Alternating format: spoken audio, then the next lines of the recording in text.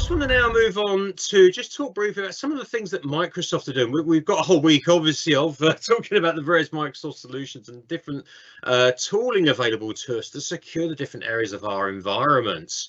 But I just want to call out certain key areas that Microsoft are focusing that kind of permutate through across the different product stacks, like Azure, like Microsoft 365, and so on. And that's zero trust, identity management, and threat detection and response.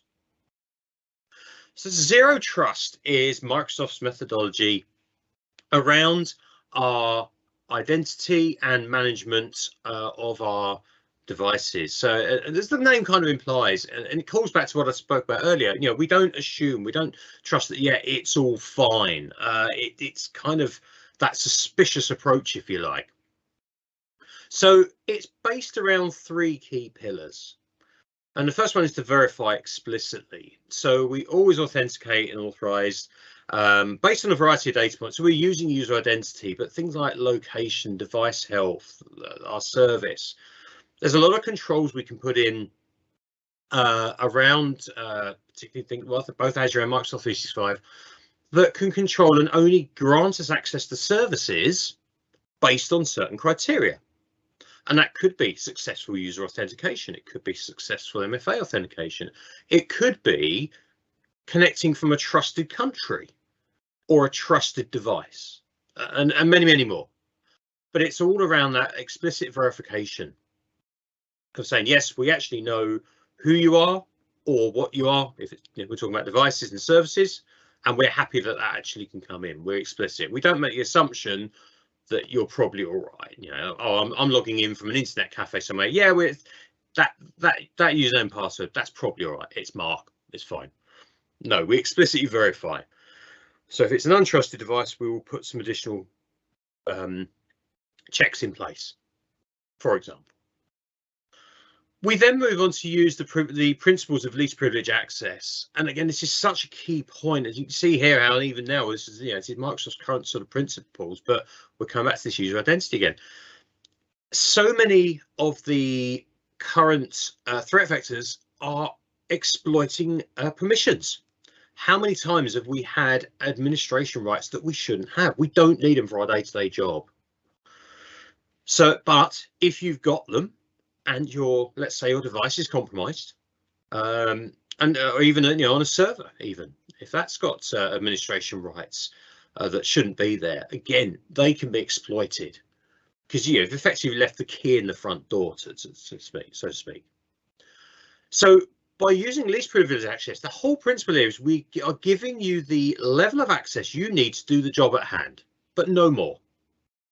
And then we're removing that access and making sure it isn't there any further ongoing until you need it again. And then you'll have to pass through the relevant sort of hoops to actually gain that again. And the logic here being that if there were a compromise, your level of access isn't really going to allow that kind of lateral move up, either vertical or lateral movement I spoke about earlier. So it's very much limiting that to try and you know, limit some of that damage. And we're also then, the third principle is always to assume breach, and it kind of calls back in. I was talking about this earlier with have that suspicious, that questioning nature. So we always assume that the device is probably likely to have been compromised. So we then work, well, how do we actually put boundaries around that device or that server or that service? And by doing that, we're then coming from the opposite point. If we assume that there's always been a breach and then we're putting protection around that, then actually we're building up a much stronger perimeter. Whereas if we just put some security controls in and think that sounds pretty good, that should do the trick, then the chances are we've left gaps. Whereas if we come from the other way and assume there's a breach and explore how that breach could happen via things like privilege escalation, via patches missing, and so on, then we can, you know, absolutely securely sort of close those holes up. Now, the zero trust model actually works. I'm not going to go through the whole sort of slide here, but it certainly transcends everything we can use across Microsoft 365 and Azure as well. So all of those principles filter out across the whole Microsoft product stack. Again, we're going to touch into so much of this week as we gradually go through all the different areas. Today, we just want to set the scene, give you a flavour for some of the concepts and the sort of terminology, and then say we'll explore more as we go through. But absolutely, using that methodology across the Microsoft Security Cloud, absolutely, we can apply that across both our users, devices, our data, our whole infrastructure, and then obviously be much better protected as a result of it. So moving on from that, just to call out, can move a few more specifics around our identity management, because this is such a huge piece at the moment. So from Microsoft's point of view, there's some really key solutions available now that have been available for a while and just getting enhanced all the time. And a big part of Microsoft's identity strategy is all around going passwordless. I'm sure out there's quite a few of you rolling back at the moment thinking, what are you talking about? Passwordless. Passwords have been around, since the dawn of computing, of course. But the problem is, of course, they've gradually become a much less secure manner of securing our environments, whether that is our individual users, whether it's access into our servers or our systems. It doesn't matter. They're now becoming obviously less and less secure because, for a variety of reasons, they're a lot easier to breach, whether it is brute forcing, trying to find that you've used a poor password, whether it's now where there's various password lists available where systems have been compromised, and there's known passwords available out there to the criminal community. So there are a lot more risks around that now. So what Microsoft's saying, hey, let's just do away with passwords. If there's such a big risk, let's do away with them. Let's find alternative methods of securing our identity that are more secure. And two of the big elements of that are Windows Hello for Business. So we can actually integrate fully through our estate, whether that's through if we're using our cloud logins into 365, for example, or Azure, but also on our devices as well. So I don't, for example, use a password on my laptop. I use Hello for Business with facial identity. I've just seen a great question come up, which actually I will cover. I did say we'll cover questions at the end. And the question's just been asked about passwords. Absolutely feeds onto what I'm talking about here, so I will cover that in just a second. Any other questions? If we don't have time, we'll pick up at the end. But yes, so absolutely, it's really worth looking at. And with Hello for Business as well, we can of course bring in the extra factors of authentication, such as multi-factor authentication, which again is such a huge. It's not going to necessarily be the be all and end all of all of our identity. MFA itself could be breached, but it is such a huge step to a lot of would minimize the chances from a lot of breaches around passwords. And on from that, we're talking about what we can do with our Microsoft environment. But of course, now, as I spoke about earlier, when we looked at that network that expanded out, we've now got a lot of other systems in play. We've got various different cloud systems from various different vendors. So how do we secure them? Because they may not all have quite as good security available as Microsoft offer. So we also now have Azure Active Directory single sign-on. So what we can do now is protect other systems, not necessarily even Microsoft, via our Azure AD sign-ins. So Azure AD becomes our point of authentication. We then gain access to those other systems on from there. So all the things like MFA, conditional access, and all the great tools there, we can apply those at that front door, and then the other systems are all authenticated on from there. There's actually another kind of parallel really good benefit to there as well. And when we're talking about security, one area is our user lifecycle management. So what happens if a user changes a role in the business or leaves the business? We need to make sure that they don't have access to systems they shouldn't do.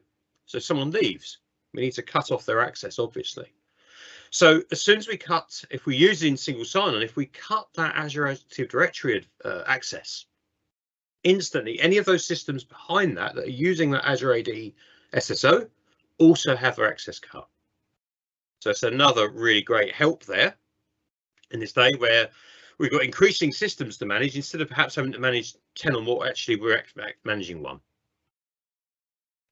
But that said, all of that said, there is still, a case there are occasions where we still need to use passwords for certain systems. Perhaps they're not compatible yet with a single sign-on, and it's or something like that. So we still got to have passwords. And there's some really great advice that the NCSC have done. A lot of blog posts about this. You can search 3 random words on the NCSC's website. They've done some really good research pieces on this. Well worth a read. So, but they kind of cut this to the chase. What we now look for passwords is easy to remember, difficult to guess. For a long time, we got more and more hung up on password complexity.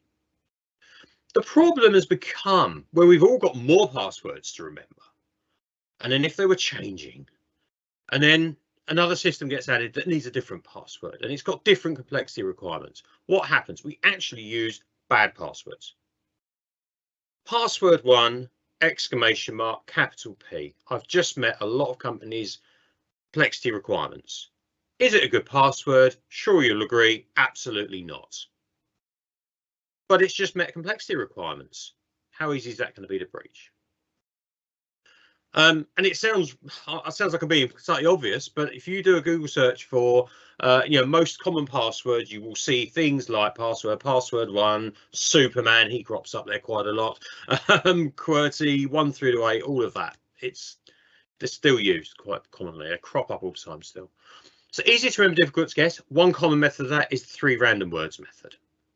So 3 completely utterly random words unrelated to your working day, your family. Don't choose your 3, your kids' names or your pets' names, because again, they could be guessed quite easily via a social engineering attack. But something completely and utterly, I don't know, road, McDonald's, hedgerow. I don't know. You get the idea. Completely and utterly random. And if you do want a bit of extra security, perhaps change a number 3 for a E or something like that. But there's a lot of guidance now around that, and if we help our users work on that sort of basis, again, we're strengthening the quality of the passwords. And that question that came through just now, talking about expiry of passwords, again, we generally don't tend to look for expiry of passwords now. And it links back to what I was just talking about there, that actually all we do is we encourage poor passwords. Because if someone's got a bad password, let's take that password 1! If someone uses that, and we force them to change it every 90 days or whenever, what they're probably going to do, if they've got a bad password like that they're using in multiple places, what are they going to do? They're going to make it password 2! Now, it doesn't make it a stronger password. And if their identity had been compromised, yes, potentially it would stop someone having that access to it. But by enforcing it regularly, the research proved that actually people just get fed up with that. So that if they've got a bad password, they'll just change the number at the end, and it still remains a bad password. So from the point of view, if someone was going to brute force your environment, they're probably still going to get past it. It's not really going to make any difference. Now, that said, one thing absolutely critical, if you become aware of a breach and you think there has been a compromise of user accounts, absolutely change the passwords every day of the week. Across your organization, top to bottom, change everything.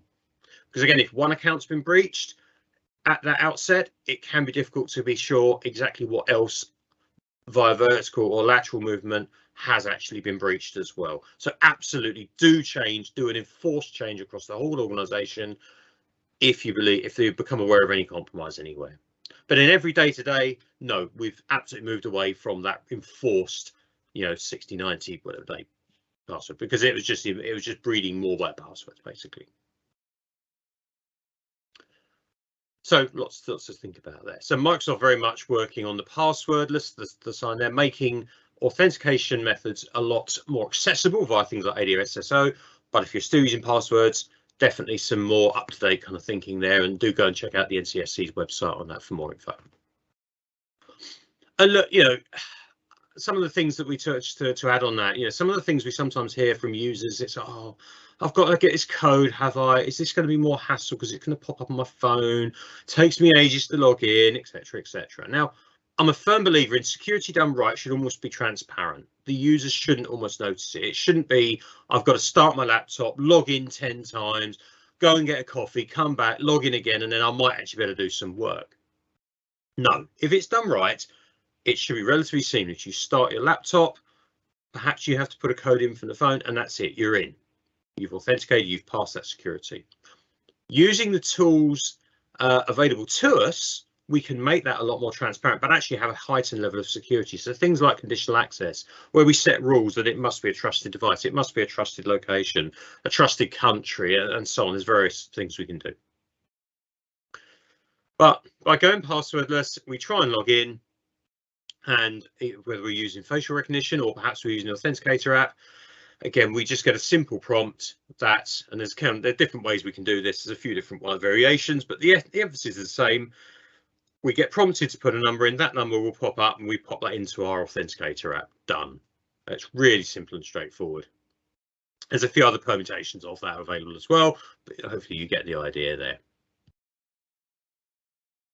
So to round out and talk about some of Microsoft, and just to get a feel for what they're doing around security and where they're focusing. And I mentioned this earlier around our monitoring. There's no point just putting a load of security controls in and saying, great, we've got some controls in, I've put MFA in, I'm getting patched, brilliant. Tick the box for another year, we'll go off and do everything else, and we'll come back and do our annual audit. No, not good enough to be very blunt. It's absolutely this ongoing piece. You've got to be aware of what's happening in your environment. So brilliant, yes, you've put policies in place, you're managing your infrastructure, managing your Azure VMs, you're managing your endpoints, managing your users, and so on and so on. But how are you actually making sure that that is still meeting the relevant, there's no alerts, there's no incidents going on within that environment. And we've got a session at the end of the week specifically around Sentinel and all the great things it does. So I'm not going to go into too deep dive here, but basically using the Microsoft security stack, we've got Microsoft 365 Defender, which is all around our end users, our end user devices, and managed via the Microsoft 365 platform primarily. And then we have Defender for Cloud, which is all focused on our multi-cloud environment, whether that's Azure, but actually also that could be AWS or Google Workspace. So we actually now have these products that are fully available and absolutely up there. I think Alex mentioned at the beginning that Microsoft now are well recognized in the top Gartner quadrants as a leading security vendor. Years gone by, we always had to bolt on a security product, didn't we, to our servers and our laptops. We've all been there. But these days, actually, we can absolutely use the Microsoft stack. Now, the really cool thing here, by bringing this together, having all of our devices managed by Defender, having our cloud environments managed by Defender and protected, not just managed, but protected. What that also means is we can bring that together. So via our monitoring using Sentinel, we can actually now have alerts running. So if there were a security incident that triggered because of something you've got in place via one of the various Defender products, we can now have that generate an alert via Sentinel. If you've got an incident management system, you could actually then have that alert go from Sentinel over to that incident management system, and then just create that as a high priority incident in your queue, ready for your engineers, your team to actually look at straight away. If they're not literally in Sentinel there, we can actually have it raised over there as well. So it really becomes that end-to-end monitoring and automation that actually, if you've got engineers working and they've got an incident management system for general IT incidents that are managed across the estate, whatever that may be, then actually we can feed these in automatically. We don't need them necessarily sat there in Sentinel watching it. It's just going to come up into their queue, high priority incident, just the same as if a user had phoned up and said, I've just lost my laptop, it's been stolen out of my car. Okay, Sentinel will take care of it automatically. Much more. I'm really just scratching the surface. But I want to try and give you, just again, for the purpose of the day, that flavor that we can now protect all of our endpoints, our cloud infrastructure, and then we can monitor around that. And within those endpoints as well, we also have the ability to monitor not just our actual device, whether that's a laptop, whether that's a mobile phone, or even bring your own device of some flavor. But we can also manage application access as well. So, and this is looking at shadow IT. So we're bringing another strain in here as well. We're not just talking about what we know about, which is historically how a lot of security has been focused, but we can now look at shadow IT as well. This is the the users, for whatever reason, don't want to use what you've put in place. They don't like the app. They think it's too clunky to use, or whatever the many reasons. Users will always try what they think is the easiest route to get what they need done. So what we can now do is via Defender for Cloud Apps, again, we have a lot of monitoring in place to show when your cloud environment is accessed or data may be exfiltrated, what is doing that? Now, if that's an app that has not been approved, we can take action upon that and we can monitor for that. So the old days where if someone downloaded some emails and put them on a stick or put them into another app and took them away and they kind of leave your security perimeter and then that's it, you've lost it. Again, we can do away with a lot of that now and we can monitor that. And again, all of that will feed back to Sentinel. So that overarching monitoring, again, we've got that there as well. So it becomes this true end-to-end, and we'll see more later in the week on Sentinel in the deep dive on, I think it was Friday, wasn't it, for Sentinel? So very, very worthwhile checking that one out as well. So hopefully, again, yeah, we've seen there how we can actually go through, we can cover our basics. We've got a lot of great tools available to cover all the different areas of our infrastructure, and then we can monitor it as well and manage it.